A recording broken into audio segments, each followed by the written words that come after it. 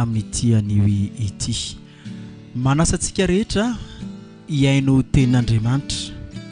Ny tenin'Andriamanitra izay horenao dia hitondra aina vaovao indray ho an'ny fanahinao. Evangelistra MAMINIRINA ROLLAND GUY, rahalahy Mampionona no miaraka amin'ny tenako amin'ny an'io ity. Avy hatrany dia hivavaka isika. Apetraka fiainao am-pelantananao Jesosy hoe ty fandarana ity. Rakofanay amin'ny ranao ny fitaovana rehetra ampiasaina eto, tsy hananan'ilay ratsy anjara, ary ny fon'ny olona, ny sain'ny olona izay tany famafazana dia rakofanay amin'ny ranao koa Jesosy, mba ho tonga soma tsara ny ampon'ny olona ny teninao, tsy misy fanafaka milivily an'izany. Ary ny sain'ny olona sy ny fanahy Andriamanitra dia aoka tianao tanolonaka hisokatra tanteraka ny amin'ny teninao. Sanatria tsy araka ny voalazanao manao hoe aza mananatra ny adala fa ndra ho amavony ianao. Tsy misy na dia ray amin'ireto olo reto ary anamavo ny teninao satria ny endry no anaro. Fantatra efa novainao anana fahendrena izy ka hiaino ny fampaherezana sy ny fahalalana avy aminao. Misaotra Tompo. Amen. Hijery tenin'Andriamanitra tsika ary manasa antsika rehetra anaraka hatramin'ny farany izany tenin'Andriamanitra izany. Any amin'ny bokin'ny Matthieu toko faharoa resadresantsika eto androany dia mahakasika ny atao hoe fifohazam-panahy sy ny torimasom-panahy. Matthieu toko faharoa ho jerentsika. Dia vakintsika ny andininy fahafito, ny andininy voalohany.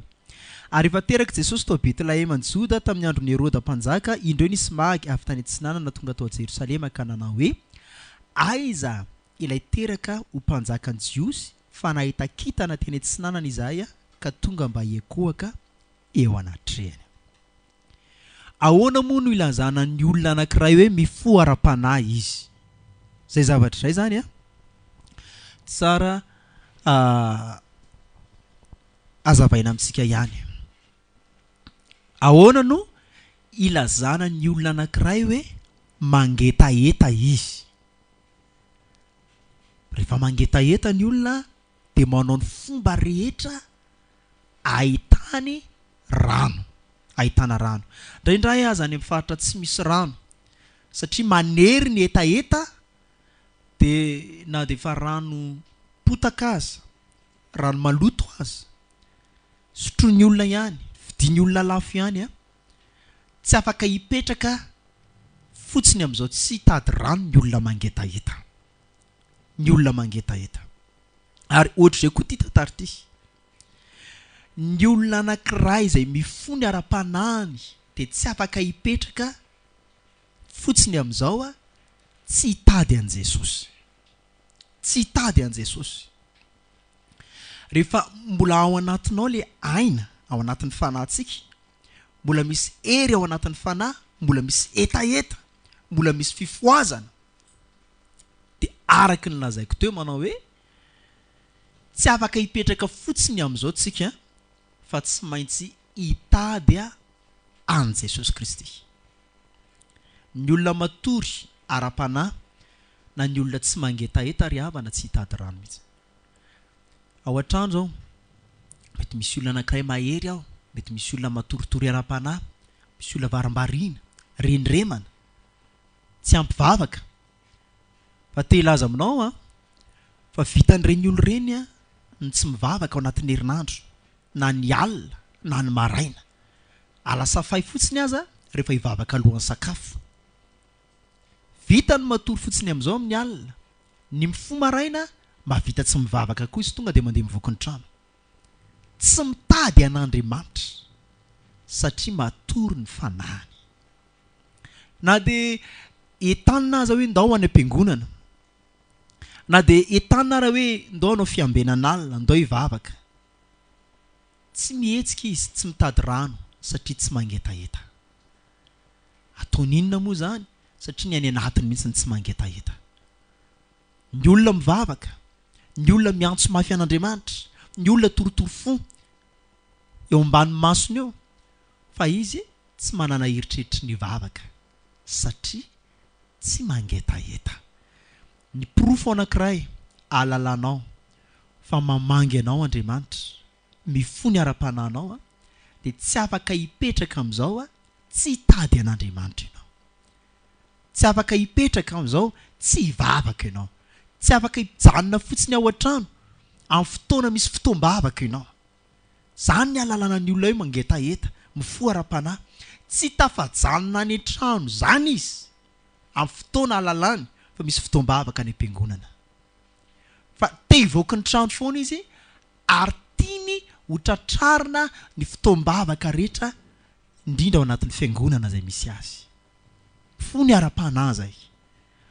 Eto amin'ity tantara ity dia izao, ny magy nandeha tongotra 2 volana angarangidiny avy tany amina kontinanta hafa hiditra amina kontinanta hafa andeha hitady an' Jesosy. Avy tany Azia ndeha ho any Eropa andeha hitady an' Jesosy. Tady an' Jesosy 2 volana angarangidiny dia gaga izy. Fa tsy araky ny eritreretiny. Izy ao nieritreritra hoe efa tsisy mponina intsony ao Jerosalema. Fa ny olona rehetra ao Jerosalema izay efa nanana ny teny fikasana, efa nanana mpaminany maro be tany aloha tany naminany amin'ny hatongavan'i Jesosy dia nieritreritra izy ireo olona rehetrarehetra ireo zao efa niarany rohitra andeha ho any amin'izay toerana ahafahany mahita an' Jesosy. Any amin'izay toerana ahafahany mahita an'Andriamanitra. Ry havana, teraka atao Betlehema Jesosy. Raha araka ity tantara ity. Jerosalema dia mbola ditongotra ny 2 andro miala ao Betlehema dia mbola ditongotra ny 2 andro miala ao Jerosalema. Fa tsy nisy na dia olona anankiray azy niala tao Jerosalema. Be dia be mpivavaka tao, be dia be fariseo tao, fa tsy nisy na dia ray tamin'ireo aza nanetsika ny tongony hiala ao Jerosalema andeha ho any Betlehema, any amin'ny toerana ahafahany mahita an' Jesosy, any amin'ny toerana ahafahany mahita an'Andriamanitra. Fantany fa ao amin'ny toerana io ahafahany mahita an'Andriamanitra. Ary raha te hahita an'Andriamanitra izy dia tsy maintsy mihetsika manao dingana, mandeha tongotra, miala ao Jerosalema, mivoaka ny trano ho any amin'ny toerana ahafahany mahita an' Jesosy. Gaga ny magy. Tsisy rototra ny olona satria matory ny aram-panahiny. Matory ny aram-panahiny. Ny olona matory aram-panahy ry havana tsy rototra hivoaka ny trano andeha ho any amin'ny toerana ahafahany mahita an' Jesosy. Tsy rototra andeha ho any am-piangonana. Jesosy moa laza mana hoe tsy maintsy ao an-tranony ray koa, tsy fantatrareo ve hozy izy fa izaho dia tsy maintsy ao an-tranony ray. Zany hoe any am-piangonana zany dia toerana tsy maintsy ahitana an' Jesosy. Tsy maintsy ahitana an' Jesosy. Niza olona zany tonga any am-piangonana dia afaka ahita an' Jesosy izy. Fa firifiry amin'ny olona moa no mahalala an'izany. Fa misy tenin'Andriamanitra izay ahafahany mahita an' Jesosy any am-piangonana. Misy fiderana, misy vavaka, afaka hanaitra ny fanahiny, handraisany tombotsoa aram-panahy be dia be, tombotsoa ara-nofo ihany koa aza. Fa tsy rototra hivoaka ny trano tahaka ny reto olo reto, tsy rototra hiala ao Jerosalema satria tratra ny torimasom-panahy. Ry havana, ianao tsy rototra mamonjy fotoam-bavaka io. Ianao tsy rototra ny andohalika hivavaka io. Ianao tsy rototra mifoha maraina hivavaka io. Ianao tsy rototra amin'ny famakiana tenin'Andriamanitra. 4 volana zay ny baibolinao tsy nisokatra. Ianao tsy rototra tsy liana hiainy toroteny eo na amina onjam-peo na any am-piangonana. Mba fantatrao ve fa matory ny aram-panahinao. Reniremana ny aram-panahinao. Any ka tsy mahaliana anao ny zava-panahy. Tsy mahaliana antsika ny zava-panahy. Ry havana, nisy magy teto. Jentilisa, tsy Jiosy, zanak'Israely, fa nitady an Jesosy. Nitady an Jesosy Kristy. Indraindray nge ry havana, Betlehema zany nge tsy de lavitra ny Jerosalema, ditongotra androandro fa raha ny toerana misy an'ireto magy reto nge tena lavitra amin'ny Betlehema satria ditongotra 2 volana sy 3 andro. Lavitra nge zany. Fa tsy araky ny eritreretina. Ny olona zay neritreretina hoe tena lavitra n'Andriamanitra satria manompo sampy, satria mijangajanga, satria misotro, satria miloka, satria be fahotana angambany, ny fitsarany olona azy. Fa reny olona reny no tena manana zotom-po mitady ny toerana fahany mahita an Jesosy. Hita zany eny anatina fotoam-bavaka. Voakasika foana ny foko rehefa eny ambony pilipitra, mahita ireo mpanota, tsy ndriko tsara, mahita ireo mpanota zay vao atao anatin'ny 2 volana zay. Vao atao anatin'ny 2 volana zay, nanao dingana hiala mitoka, nanao dingana hiala amin'ny fitenenany ratsy, nanao dingana hiala amin'ny fanaony zao tontolo zao, ary tsy manapaka fotoam-bavaka. Mazoto mankany am-piangonana. Reny le magy reny. Olona neritreretina fa lavitra be an'Andriamanitra. Fa rehefa mifono fanany, dia miezaka mitady ny fomba rehetra fany manakaiky an Jesosy. Fa be dia be ny olona ry havana, tahaka ny mponina atao a Jerosalema, zay efa feno fanamarina tena, izay efa ato a Jerosalema, izay efa tsy lavitra amin'ny Betlehema. Izay efa mpanompon'Andriamanitra, efa mpanao asan'Andriamanitra, efa vita batisa. Fa matetika ireny olona miheviteny fa efa mivavaka, miheviteny fa efa tsy lavitra amin'ny Betlehema reny. Ny azo 3 andro sisa dia tonga a Jerosalema, ditongotra taony. Reny olona reny matetika indraindray tsy de rototra firy-tsony. Tsy de rototra firy-tsony hitady an Jesosy ao anatina fanatoritora. Satria efa mivavaka tsinona ka. Efa voky, tsy mitady sakafo tsony. Efa ao a Jerosalema tsinona ka. Mbola aninona ny Betlehema indray. Tsy miala ao Jerosalema tsony andeha ho any Betlehema. Satria mieritreritra ny teneny efa tsy lavitra n'Andriamanitra. Ry havana, nefa na dia ao a Jerosalema aza, na dia efa ao a Jerosalema aza, dia tsy afaka nahita an Jesosy. Tsy mahita an Jesosy. Lesona angezabe zany tiako tonga any anatinao zany. Fa misy olona neritreretintsika fa tena lavitra n'Andriamanitra, fa ireny tena mahita an Jesosy. Ireny vokatry ny hazakazaka, vokatry ny hafanam-pony, vokatry ny fibebahany, vokatry ny fanenenany, vokatry ny fandinihan-tena nataony. Ireny ny tonga niekohaka eo anatrehan Jesosy, dia ny magy zany. Ireny ny tonga teo amin'ny toerana nafana nahita an Jesosy. Fa ireo olona mieritreritra tena efa ao a Jerosalema, tsy afaka nanao dingana tsony ho any Betlehema, ka na dia ao Jerosalema ary izy zany toerana zany tsy nahafahany nahita an Jesosy. Tsy nahafahany nahita an Jesosy. Ary zay mahatonga ny soratra masina ry havana milaza any amin'ny filazantsarany Jaonany manao hoe ho avy ny andro ary tonga ankehitriny ny Baiboly. Tsy any a Jerosalema na eto amin'ity tendrombohitra ity tsony no ahitanareo an'Andriamanitra. No ahitanareo an'Andriamanitra. Fa iny manko rehefa te ahita an'Andriamanitra ny olona dia miakatra ho any a Jerosalema, miakatra ho any Samaria, intelo isan-keritaona. Fantsipian Jesosy tsara. Fa na dia hiakatra ty a Jerosalema ary, na dia hiakatra ao amin'ny tendrombohitra Samaria azy, dia tsy amin'ny toerana ohatra izany tsony no afana reo mahita an Jesosy. Ary aza meritreritra fa rehefa tonga amin'ny toerana ohatrany dia tsy maintsy ahita an Jesosy. Fa hoy Jesosy hoe ho avy ny andro, tsy amin'ity tendrombohitra ity na ny Jerosalema ny ivavahanareo amin'ray, fa ianareo mivavaka amin'izay tsy fantatrareo, fa izay mivavaka amin'izay fantatray. Andriamanitra mitady olona hivavaka aminy amin'ny fanahy sy ny fahamarinana. Ry kristianina matory aram-panao, ry kristianina aktivista maro aniso, fa mieritreritra fa manana aktivité be dia be ao anatin'ny fiangonana, mety efa mpitoroteny, mety efa mpandray fanasan'ny tompo, mety efa vita batisa, efa manana aktivité be dia be,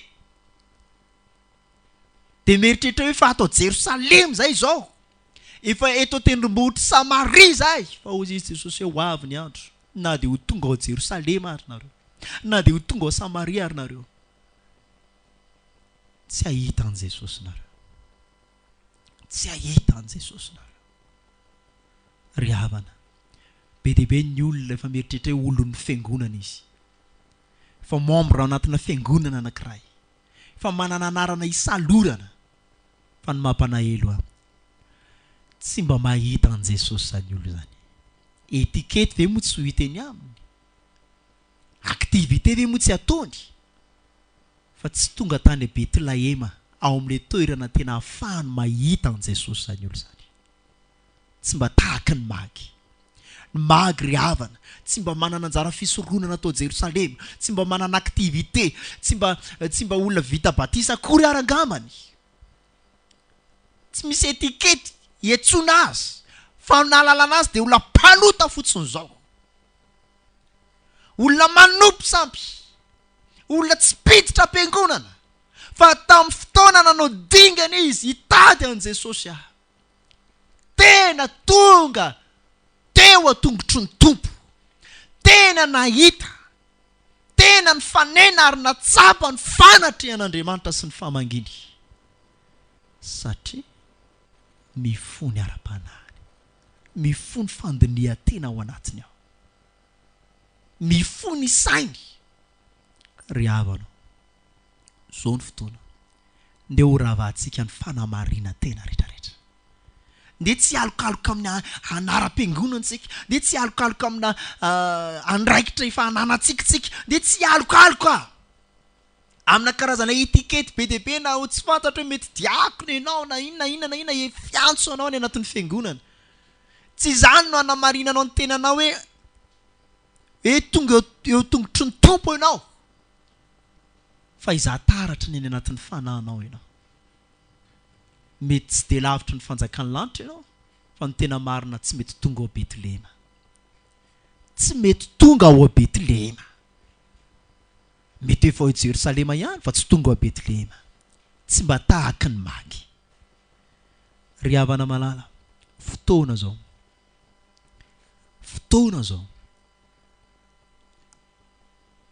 andoman'Andriamanitra ny fanahtsika mba ho taitra ny fananao, mba ho taitra.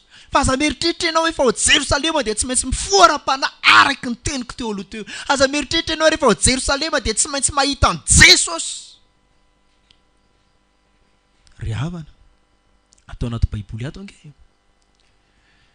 izy ten'Andriamanitra ovakitsika ange Matthieu 7:20, efa andeha hiditra ho any Jerosalema Jesosy, dia niraisy ny vahoaka maro ny 110 ary no efa tafiditra tao Jerosalema izy dia nisy orakoraka, niraisina tamina orakoraka be, zany ny tsenana azy teny ambavadin'ny Jerosalema. Orakoraka, hira fiderana makotrokotroka be hoe hosana hosana ho an'ny zanak Davida, isaorana ny avy amin'ny anaran'i Jehovah, hosana hosana amin'ny avo indrindra.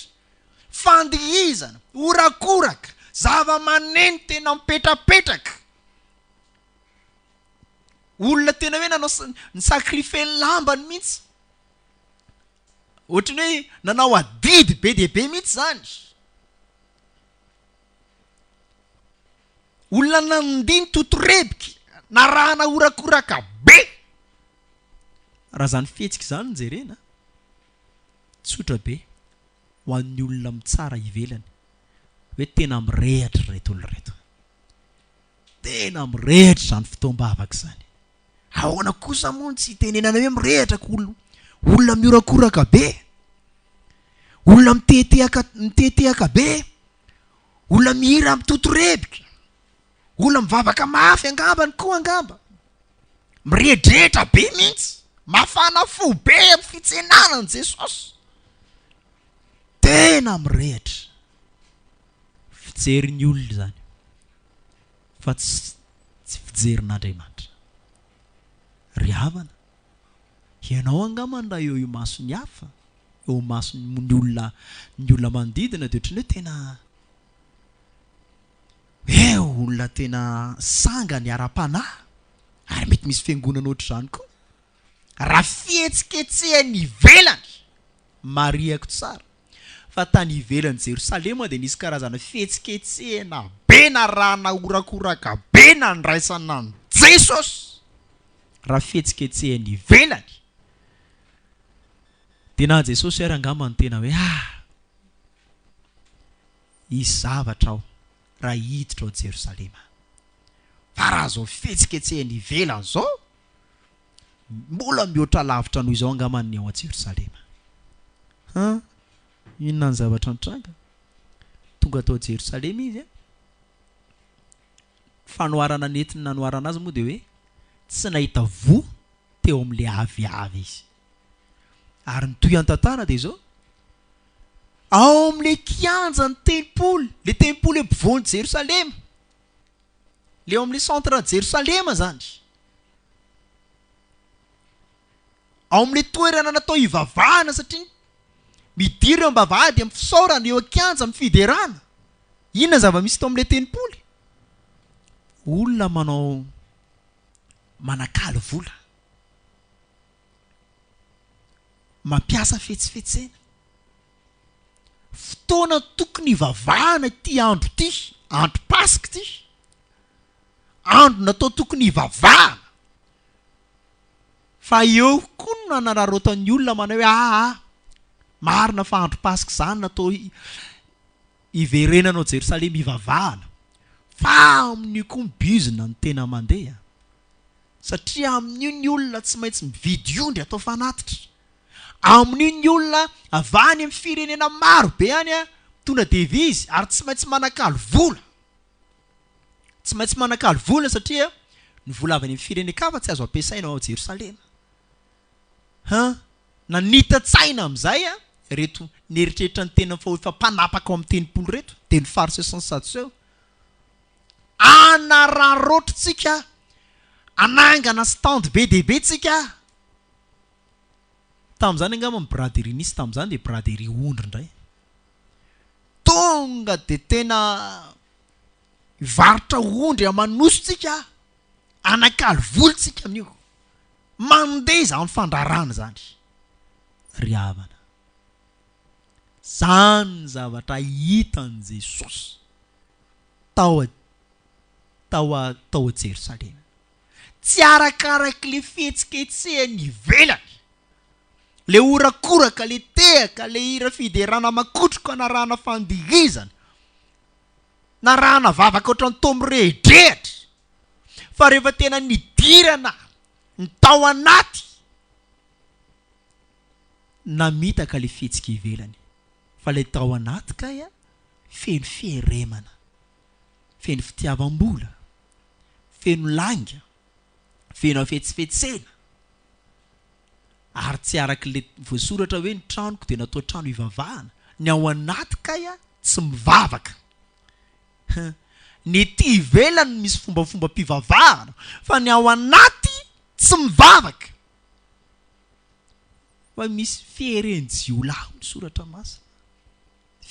Misy zavatra mihery ao. Raha lasana baby, isika mihitsy ange zany voalazany torinteny zany. Ianao mila mandinika ny tenanao androany. Io karazana fihetsiketsehana be dehibe ataonao amin'ny fanompona an'Andriamanitra io ve? Sendra mitaka anao fa fihetsiketsehany ivelany tena be dehibe. Fihetsiketsehany ivelany mihiry ianao arahana fihetsiketsehana ivelany fotsiny. Tsika tsy miteny hoe ratsy zany. Ina moa maharatsy ny manandra-tanana? Ina moa maharatsy ny mitehaka sy ny mandeha? Tsy ilaza mihitsy tsika ratsy zany. Fa ohatrany te hanaitra hoe raha zay ara le fihetsika ivelany tahaka n'le aviavy na ny robona be, fa raha hodinihana ny any anaty mba afaka mahita ve araka ny teny Jesosy manao hoe ny tranoko dia atao hoe trano ivavahana. Afaka mahita ve Jesosy hoe ny fonao mivavaka, satria zay lay tranon'Andriamanitra. Afaka mahita ny fanahinao torotoro ve Andriamanitra. Afaka mahita ny sainao tena mifoha aram-panahy, tena mifantoka tanteraka any amin'ny Jesosy ve. Sa mifantoka any amin'ny fieremana, any amin'ny fitiavatena, any amin'ny langa, any amin'ny efetsifetsena tahaka an'ireto fariseho saduseho reto. Mifantoka tanteraka any amin'ny fanaony zao tontolo izao sy ny reka eto amin'ity zao tontolo izao ity. Ry havanao, anjaranao no mandeha ny tena. Fa betsaka ny olona no mamita tena any am-piangonana. Fihetsiketsehana no be dehibe. Fihetsiketsehana no be dehibe. Iza moa tsy hitony tena hoe kristianina. Iza no miseho tsy hahay baiboly. Mahay mandahatra daholo ange. Raha resaka ny resahana, manana resaka be dehibe daholo mahakasika an'Andriamanitra. Fa zao raha tena dinihana ny any anaty, afaka hita vovy Andriamanitra. Afaka mifovy ny aram-pananao. Gaga Jesosy. Enjana be reto olo reto izy raha nao fihetsiketsehana. Sozy izy fa tsy avetrany dia ninona nametraka fitokisana tamin'le fihetsiketsehana ivelany be sy le fahaiza miresaka be dehibe. Fa sofa niditra tato Jerosalema izy fa aikay tsy arakaraky le zavatra ny ivelany atao anaty ato, fa te ao anatin'ny fo. Feno aizina, feno fiatsaram-belatsy, feno fahalotona. Mbola mijanona eto amin'izao tontolo izao. Ry havana, te hanaitra anao. Tsy izany natao hoe mifoha aram-panahy. Andriamanitra mandinika ny vosony fo. Ary ny olona tadiavin'Andriamanitra dia ny olona tsy manaja azy amin'ny molony, kanefa sanatria ny fony lavitra an'Andriamanitra. Ao anaty baiboly ry havana, misy olona anankiray Iana no anarany. Raha fihetsiketsehana ohatrany tsy dia mba manan-katao firy izy. Ary nanaiky mihitsy ara Iana manao hoe nijery ny famba nitoetrako ianao. Na Iana, na Maria, dia nanana toetra araka izay voalaza hoe famba nitoetra. Tsy dia tia sehoseho, tsy dia tia mirehare, tsy tia mihebohebo hoe zay ny tena tompony raha Jesosy ny resahana. Fa zao anefa, gaga ny mpisorona nahita ny Iana toatra mipetsipetsina ny vavany, ary toa miraraka ny ranomasony, nieritreritra hoe mamo, nefa olona nahita an'Andriamanitra. Tena mahita an' Jesosy, ary vokatry ny fahitany an' Jesosy, satria mifony aram-panahy nomen'Andriamanitra zaza izy, na dia olona momba tsy miteraka azy.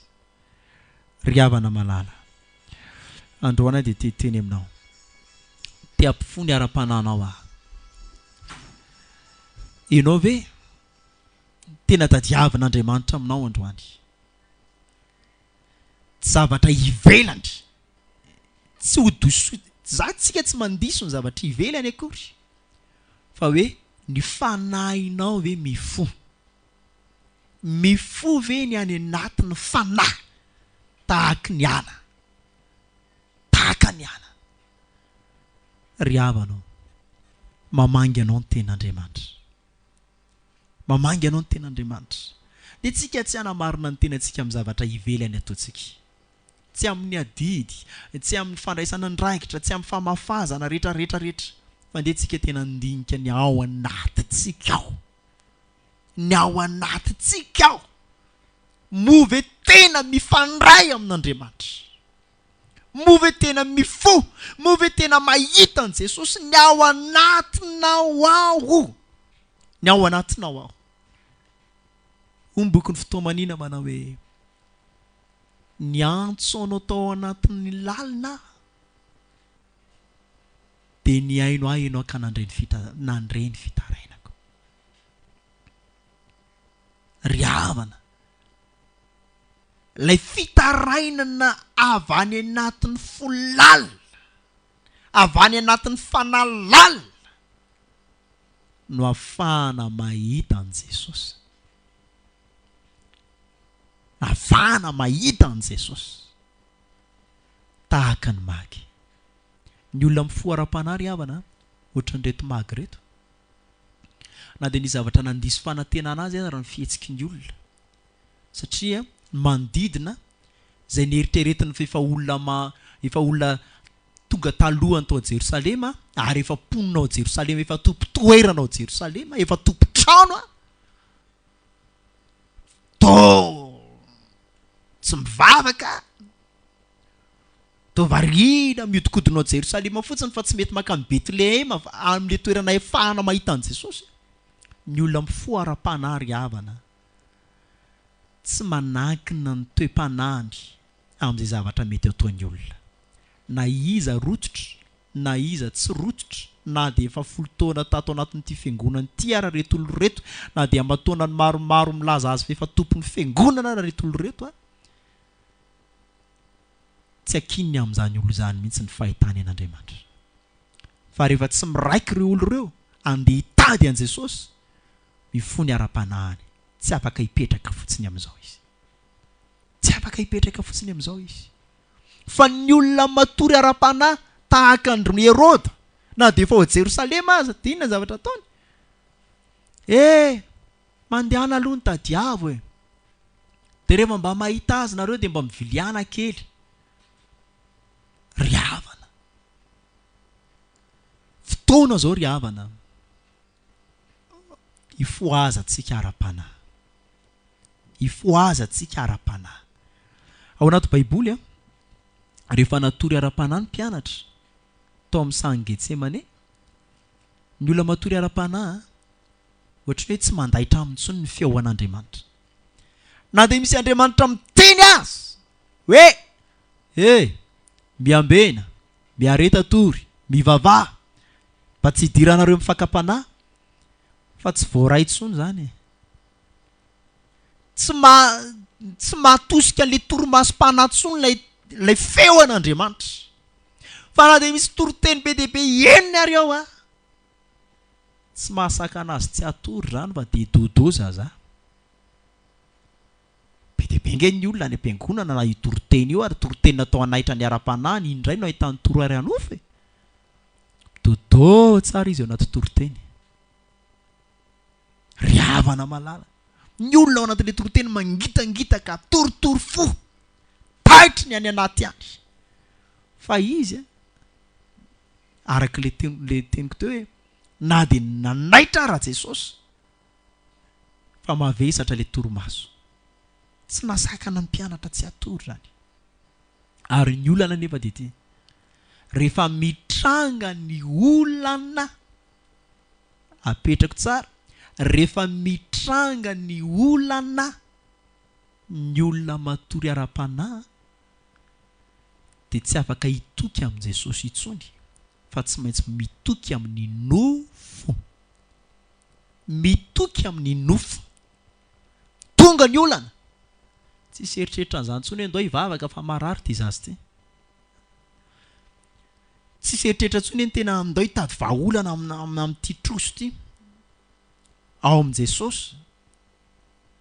Ndao hivavaka Jesosy niaro antsika. Tsisy an'izany intsony. Fa rehefa matory ny aram-panahiny, ny nofo no hitokiny. Tsy milahatra eo ambaravarana ve ny sahafa ary mitsongoloka eo ny kifafa sy ny fanoto. Ny alika voahidy ao an-trano satria zany zavatra hitokiny. Matory ny fanahany, matory ny fanahany. Ry havana, tahaka mpianatra, tsy afaka hitoky amin'i Jesosy tsony. Ohatra nefa voafafa ao anatin'ny saina hoe Jesosy zany afaka hiaro antsika. Fa ny ao anatin'ny loha dia tsotra be. Inona ny eto an-tanana? Ndao ampiasaina aloha izay azo ampiasaina, fa tonga tia ny ady. Dia inona no nampiasaina? Zavatra.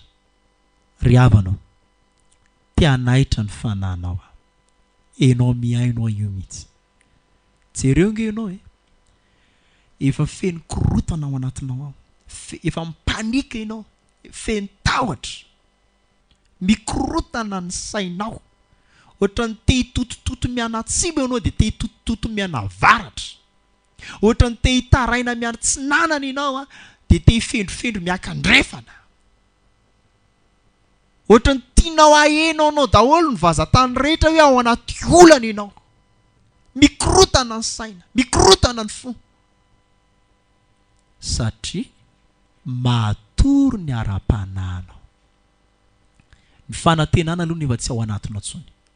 Ny finoana aloha ny fifampitadiavana ao anatinao ao. Tsy afaka hitoky amin'Andriamanitra. Reraka ny fonao. Hoy soratra masina matao hoe matory amin'ny alahelo ny mpianatra. Inona moa? Zany hoe matory amin'ny alahelo zany. Feno fahakiviana ny anaty any, feno fahavesarana ny anaty any. Feno alahelo any anaty any. Zay tsy tafavoaka fa voatahiry, tafajanona ao anaty ao. Dia manakorotana ny saina tsy ahita atory amin'ny alina. Itomanina dia hatramin'ny ray maraina azy. Dia isaitsainana zavatra be dia be dia anamelohana tena dia entina ankalana olona dia be dia be. Ry havana, ry havana,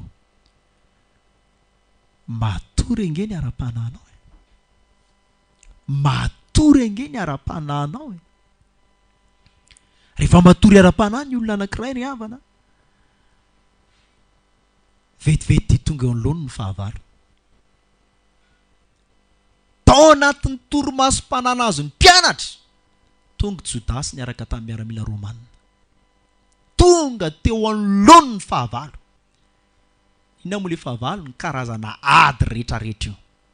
Mety gaga ianao fa maninona ny fiainako lasa feno ady, feno korotana, feno tsy fisim-bola, feno karazana olana be dia be.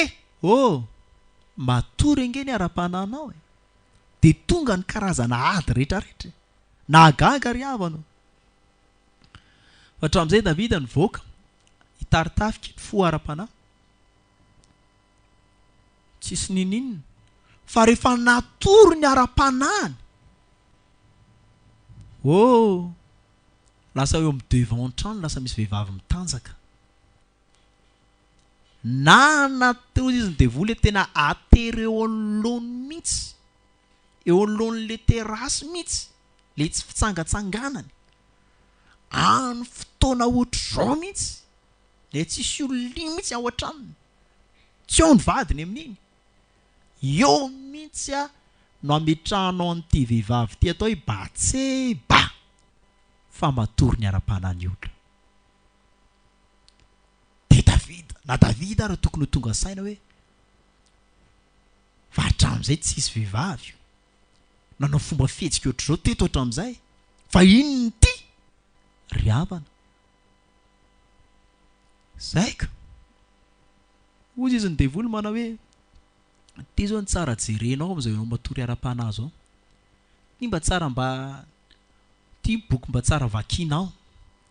Ty mba zavatra tsara ifatohan'ny masonao. Ty mba saitsainao eo aloha ne. Efa tsy mamaky baiboly ihany tsy hoe mba misaitsaina an'ity. Efa mba tsy mivavaka ihany. Mba jerijereo hoe batsebe. Ry havana. Lavo Davida. Amin'ny fotoantsika matory aram-panahy dehibe ny zavatra entin'ny devoly hanoloana ny baiboly ao anoloantsika. Lasa liana amin'ny zavatra ranofo. Amin'ny karazana orona tsary lasa tonga ho azy eo ampelantananao ny karazana orona tsary manimba ny aram-pananao reny le batseba reny aloha mba jerijery ao ianao tsy nefa tsy amaky baiboly tsy hivavaka ihany ary reny zao mahaliana ny nofinao am'izao ianao tsy ampiampy vavaka zao mahasarisarika ny sainao de voasarika tokoa ianao de lasa lavitra tonga any amin'ny fahalavona raha tsy mahay ry havana te hanaitra anao te hanaitra tsika rehetra dininy ao anatinao sendrefa matory sendrefa anateran-devolo karazana atsy fakapana be dehibe diniony ao anatinao mety fihetsiketsehany ivelany manana be dehibe ianao fa ny any anaty any dinio toroteniko voaingana izy ty Marta sy Maria Marta de vehivavy tena nanao fieremana be dehibe tsisy naratsy ny zavatra nataony Marta nge mikarakara sakafo ho amin'ny vahiny Jesosy raha teo koa ny vahiny ina moa maharatsy an'izany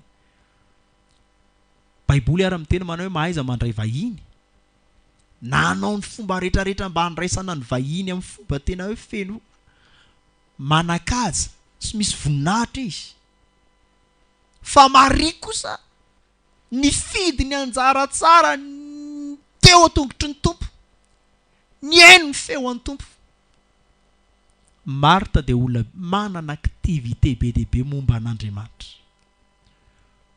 fa tsy mahazo fanambarana tsony avy amin'Andriamanitra tsy mahazo révélation tsony avy amin'Andriamanitra tsy mandre tsony ny tena fitarihan'Andriamanitra mikatona ny sainy misy fotoana inge saitsika hoe ohatra